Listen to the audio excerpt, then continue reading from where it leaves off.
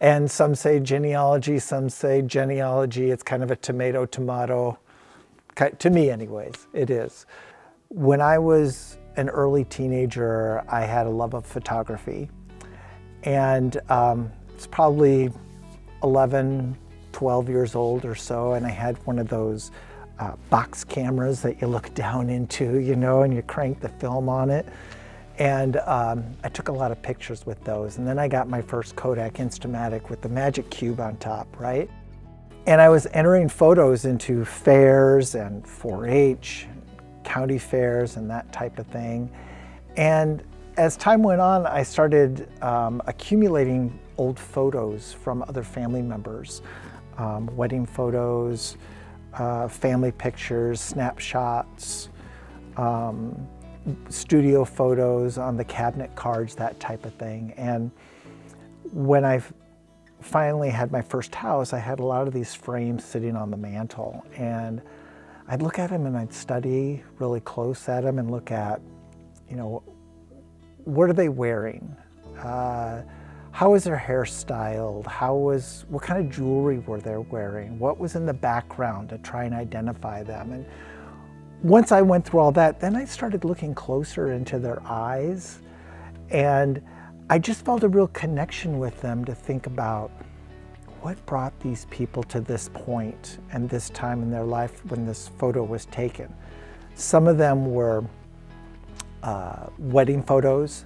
Some of them were just snapshots in the backyard, that type of thing. But it really made me curious to know more about the man or the woman that was in the photo and what brought them to that place in that time.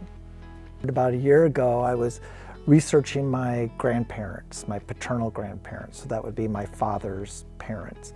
And I didn't realize this, but I found out that they had eloped. And there was a newspaper article that said that they lived in the Tama-Toledo area, and they had eloped to Waterloo. And then they came back home and they didn't tell anyone for 2 months, including their own parents.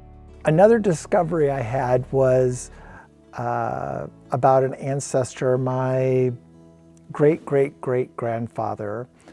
His name was Christopher Harding Spire, and he came from England to the United States. And I was researching about him and his life in southwestern England, and I finally found his baptismal record. And he was born in 1824 in this little village called Laverton. And in there, it identified him and his mother, Sarah Harding, and the child's status said illegitimate. And I thought, oh, I didn't realize that.